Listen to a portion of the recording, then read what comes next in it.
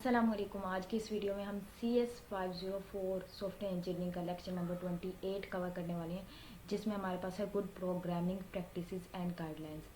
जिसमें हमारे पास सबसे पहले आता है मेंटेनेबिलिटी, कि कोड में हमारे पास क्या होना चाहिए, मेंटेनेबिलिटी होनी चाहिए। फ्लोवर सेज कहता है कि ना कि any fools can write code, कि हमारा जो कोई भी फूल जो है वो क्या कर लेता है, कोड लिख लेता है जो कंप्यूटर समझ सके, दैट कंप्यूटर कैन अंडरस्टैंड, जिसे सिर्फ कंप्यूटर समझ सके। जो गुड प्रोग्रामर्स है, ठीक है, जो गुड प्रोग्रामर है उसका जो कोड है वो ह्यूमन भी समझ सके, कि good program write code that human can understand. ठीक है, ये फ्लोवर सेज कहता है, फ्लोवर कहता है, ठीक है, कि एक अच्छा प्रोग्रामर वो होता है जिसका कोड जो है एक इंसान भी समझ सके, ना सिर्फ कंप्यूटर। ठीक है, फिर आज they is not important to write the code that works, it is important to write code that work easy to understand, कि ये नहीं है कि ना आपने कोड लिखा सिर्फ अपना जो क्वेश्चन था उसको सॉल्व करने के लिए, बल्कि कोड इस तरह लिखो जो दूसरे को भी समझ में आ जाए।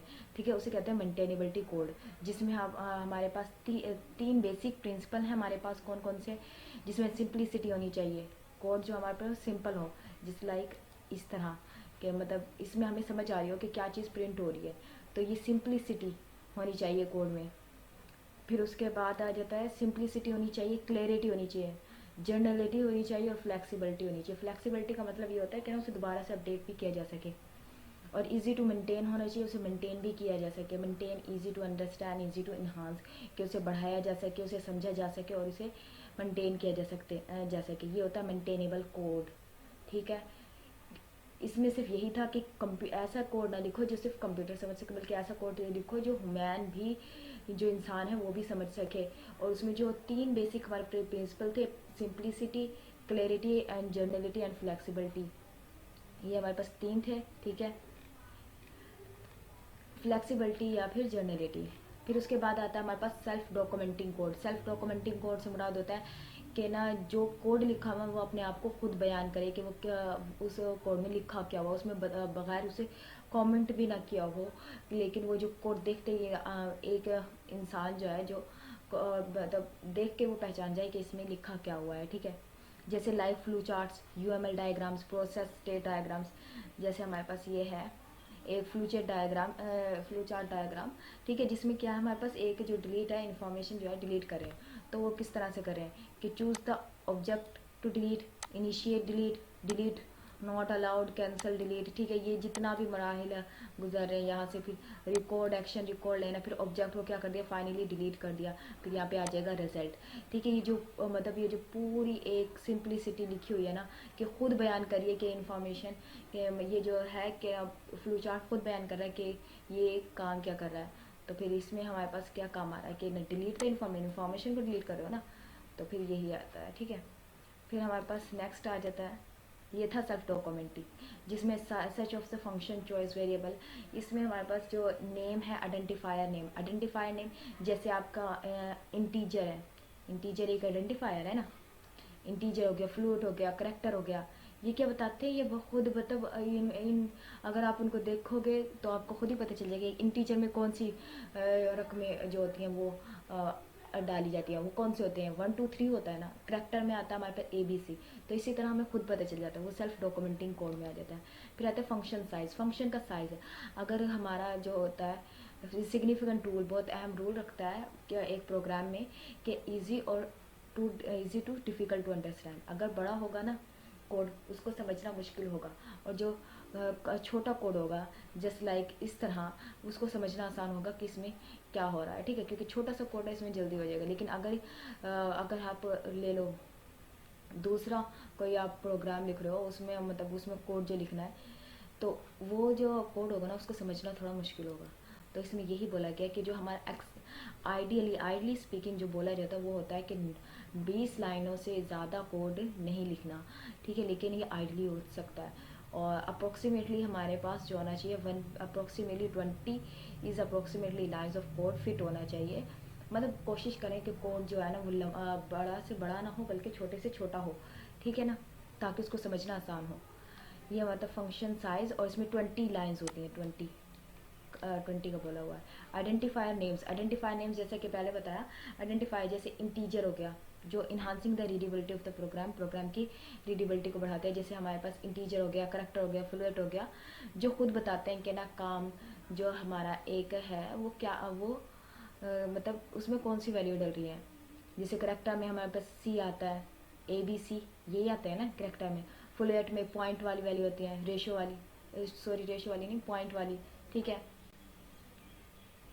फिर ये हमारे पास कहते हैं आइडेंटिफायर नेम, जो हमारे पास names also play significant enhancing the readability of the program की रीडेबिलिटी को बनाते हैं और मीनिंगफुल नेम रखते हैं। जैसे यहाँ पे हमारे पास लिए हुए अलुक फ्लैग, इसका आपको कुछ समझ नहीं आएगी कि इसमें लिखा क्या हुआ है, ठीक है। Hence the piece of the code is self documenting, के कोड को क्या करें, लिहाजा अपने कोड को क्या करें, सेल्फ डॉक्यूमेंटिंग में करें, ठीक है।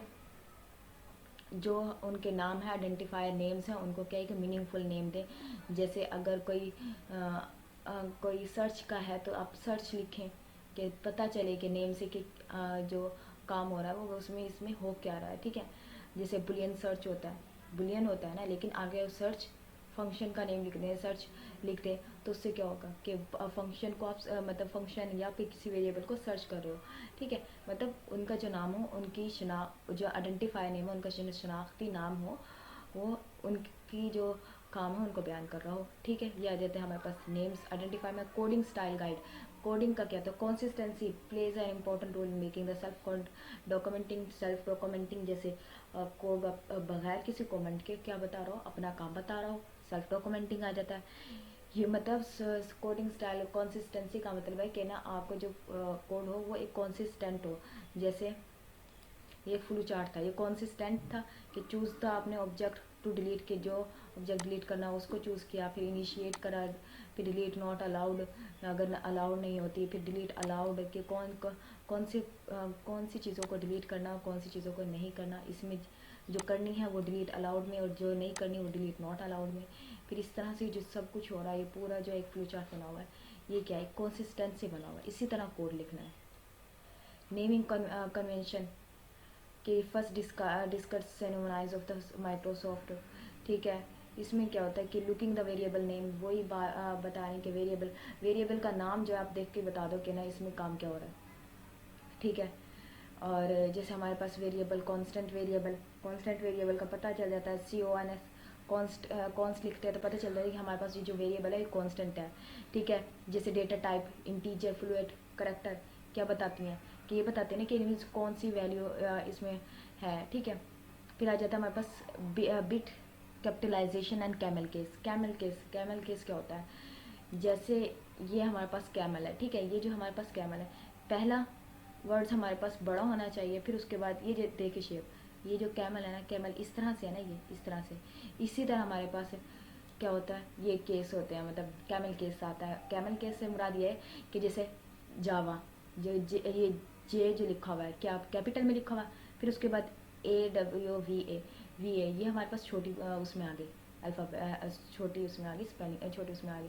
फिर उसके बाद फिर बड़ी, जैसे इसमें था कि पहले बड़ा फिर छोटा फिर बड़ा फिर छोटा फिर बड़ा। इसी तरह ही हमारे पास कैमल केस बनता है, ठीक है।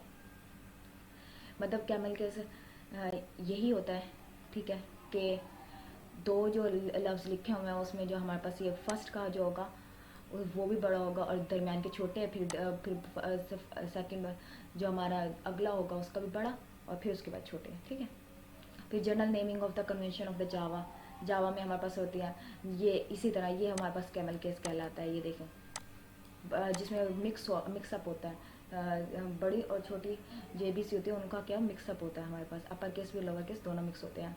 जो अगर हम सिर्फ लोअर केस में लिखेंगे तो लोअर केस में हमें समझ नहीं आएगी, क्योंकि लोअर केस में हमारे पास अगर हम लोअर केस में अगर हम लिख के दिखाएं तो कुछ भी लिखेंगे तो वो हमें समझ नहीं आएगा, क्योंकि वो मिक्सअप हो जाएगा, ठीक है। इस तरह से मिक्सअप हो जाएगा, वो समझ नहीं आएंगे। अगर किसी भी लफ्ज़ को हम इस तरह से लिखें, जैसे नेम, ठीक है, आगे नफीस, तो ये समझ में आ जाएगी। बनिस्बत इसके इसी को हम छोटे उसमें लिखें, ठीक है। फिर उसके बाद हमारे पास ये जो बहुत ही ईजियर होता है समझना इनको लोअर केस कैमल केस को बहुत द फॉर्म इज़ बहुत easier to read and ensure the interface to case values. ठीक है, इनको हम दोनों को हम अगर मिक्स करके लिखते हैं तो इनको समझना क्या होता है, आसान होता है। ठीक है, फिर हमारे पास आ जाता है abbreviation and acronyms should not be upper case when used as a name, मतलब हम इन्हें एक नेम के तौर पर नहीं लिख सकते। जैसे कि हमारे पास एक्सपोर्ट HTML सोर्स, ठीक है, फंक्शन का नेम है तो इसे हम इस तरह से नहीं लिख सकते अपर केस में। फिर हमारे पास आ जाता है a variable of this type would have to be named, जैसे DVD, उसको भी कैमल केस में नहीं लिख सकते, HTML को भी कैमल केस में नहीं लिख सकते क्योंकि ये पहले से डिफाइंड है, जैसे मैंने पहले बताया। ठीक है, which obviously is not very readable, क्योंकि ये रीडेबल नहीं बनते। ठीक है ना। फिर आ जाते हैं कि generic variable should have the same names as their type, मतलब इनका जो नेम होता है उनके टाइप के मुताबिक होता है, जैसे टॉपिक टू टॉपिक। फिर हमारे पास आ जाते हैं, ये सब कुछ वही बार बार दिया हुआ है। ठीक है, मतलब इनको आप एक दफ़ा पढ़ लेना कि कौन कौन सी जो चीज़ है वो अवॉइड करनी चाहिए। Avoid name, the name of the object is implicit should be avoided in the method name, मतलब नॉट गेट लाइन मेथड ऐसे नहीं लिखना, इसी तरह लिखना है। ठीक है, मतलब अगर जैसे मेथड हमारे पास ये फंक्शन का नाम है गेट लेंथ, उसके अंदर लाइन नहीं लगा, लाइन अपनी तरफ से नहीं लिखना। ठीक है, तो ये हमारे पास क्या हो जाएगा, गलत हो जाएगा। ठीक है, फिर जैसे specific name covariant Java and C++ में ये कंप्यूट भी can be used in method and where something is computed, जैसे value set compute average. Initialized can be used object concept established. ठीक है, list names representing of the list object, मतलब जो list suffix है, ये जो vertices है क्या पेश कर रहा हूँ, हमारे पास ऑब्जेक्ट को पेश कर रहा हूँ। ठीक है, फिर हमारे पास है जो no suffix should be variable के, जैसे अगर कोई इंटीजर या जो भी टाइप है यहाँ पे लिखा हुआ है कि ना suffix list of the object से रिप्रेजेंटिंग, जैसे सफिक्स लिखा हुआ वर्टेक्स, यहाँ पे नहीं लिखा हुआ तो ये जो वर्टेक्स है ये use for variables representing an entity number, क्या पेश कर रहा है, ये एंटिटी नंबर। देखिए suffix no suffix should be used for variables, variables के लिए इस्तेमाल किया जाता है। अगर सफिक्स ना यूज़ करो तो रिप्रेजेंटिंग एन एंटिटी नंबर, जो रिप्रेजेंट किसको करता है, एंटिटी नंबर को। आइटरेटर, आइटरेटर क्या होता है, आइटरेटर हमारे पास होते हैं I, J और K, ये हमारे पास आइटरेटर होता है। जैसे आपने देखो होगा फार लूप में हम लिखते हैं, ठीक है, फार फिर उसके बाद हम कंडीशन लगाते हैं I इज़ इक्वल टू 0, फिर I less than greater than equal to n, इस तरह जो कंडीशन लगाते हैं ये हमारे पास क्या होता है, आइटरेटर। आइटरेटर मतलब ये हमारे पास क्या होता है, ये मैथमेटिकली है इस कन्वेंशन फर्दर इंडिकेटिंग आइटरेटर जे के can be used in nested loop only, nested loop के लिए इस्तेमाल की जाती है। जैसे यहाँ पे लिखा हुआ है ये आइटरेटर I J K, और ये I J K आप ले लें कि ना ये जो लूप को दोहराते हैं ना, तो दोहराने वाला जो काम करते हैं जो आइटरेटर होता है ये वो काम करता है। ठीक है, जैसे अगर आपने n टेबल तक आपने क्या प्रिंट करवाने हैं तो ये आइटरेटर होगा, जब तक ये कंडीशन पूरी ना हो जाए तब तक ये क्या करेगा, आगे काम करता रहेगा। Complement must be name of the entities, abbreviation should be avoided, ऐसे एब्रीवेशन को जो अवॉइड करने हैं आपने, जैसे कमांड का है CMD, इसको अवॉइड करना है। फिर आ जाता है कॉपी का, इसको अवॉइड करना है CD। जो अवॉइड जो एक्रोनॉमी और एब्रीवेशन जो उनके खुद ही डिफाइन है वो नेचुरली फ्रेजेस में है, वो हमारे पास कौन से, हाइपर टेक्स्ट मार्कअप लैंग्वेज, जिसको हम शॉर्ट में क्या बोलते हैं, HTML, central processing unit CPU, price earning ratio जो हम PE बोलते हैं। ठीक है, तो ये हमारे पास एब्रीवेटेड थे। और negative Boolean variables name must be avoided, इनको भी अवॉइड करना चाहिए। जैसे बूलियन इज़ एरर, अब आप लिख दो कि is not error. Is not error का क्या मतलब है, नोट हमारे पास एक लॉजिकल ऑपरेटर होता है जो इस्तेमाल किया जाता है नेगेटिव के लिए, ये उलट काम करता है, तो इसके लिहाज से फिर ये उलट हो जाएगा, मतलब ये गलत हो जाएगा। फिर आ जाते हैं फंक्शन। फंक्शन क्या होता है, फंक्शन को मेथड जो बोलते हैं फंक्शन भी बोलते हैं। नहीं, फंक्शन रिटर्निंग करते हैं किसको, ऑब्जेक्ट को। ऑब्जेक्ट हमारे पास कौन से होते हैं, हमारे ऑब्जेक्ट हमारे पास होते हैं जो हमारी क्लास में ऑब्जेक्ट होते हैं। जैसे स्टूडेंट की क्लास है, उसमें उसका स्टूडेंट का जो रिज़ल्ट है वो एक ऑब्जेक्ट आ जाता है। फंक्शन का मतलब फंक्शन का नेम आ जाए, इंटीजर जो हम बनाते हैं वो हमारे ऑब्जेक्ट आ जाते हैं।